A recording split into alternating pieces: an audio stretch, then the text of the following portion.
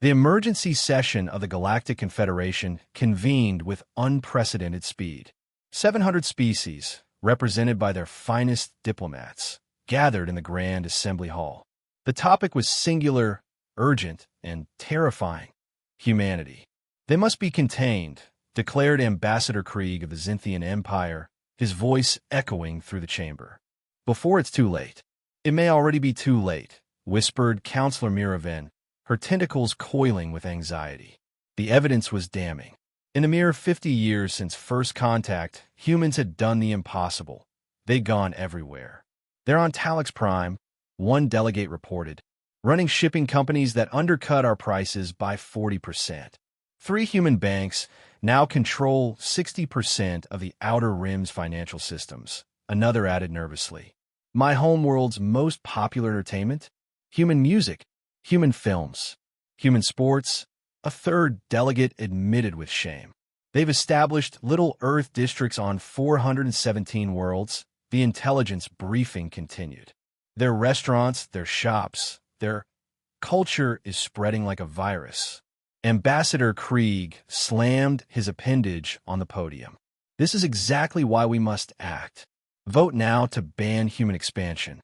Restrict them to their homeworld and existing colonies, before they consume us all. The vote was called. The result was unanimous.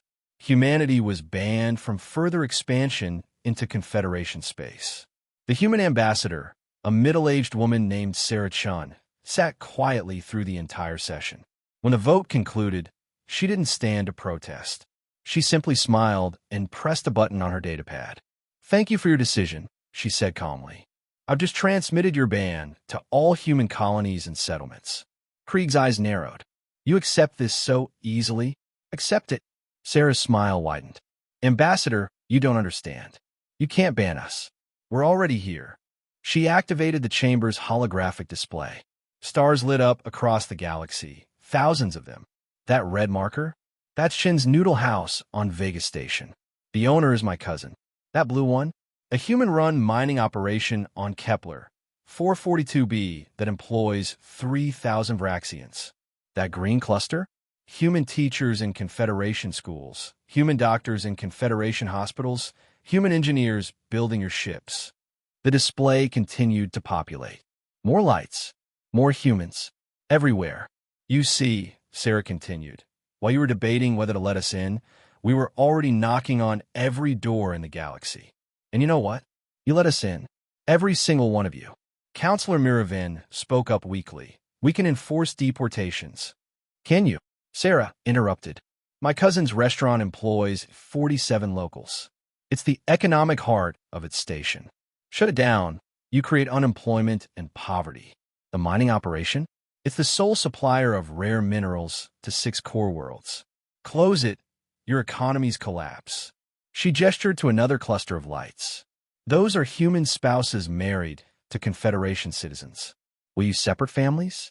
Those are human children born on your worlds. Will you deport citizens?" The chamber fell silent. "And the cultural contamination you mentioned?" Sarah's voice turned sharp. "Last month, Talaxian hip-hop won Best Album at the Human Music Awards. Your children are mixing our cultures with yours, creating something new, something better. You can't unring that bell." Ambassador Krieg's voice shook.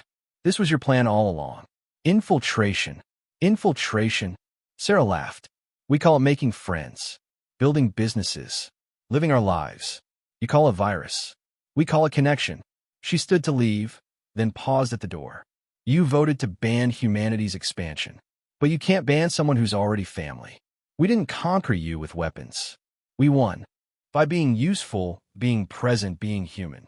By the time you noticed, we were already woven into the fabric of your civilization. So enforce your ban if you want. Send your deportation forces.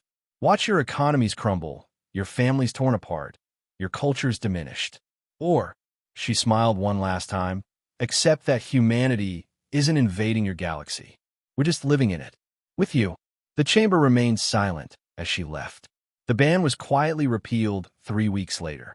By then, another 1,000 human settlements had sprouted across the stars.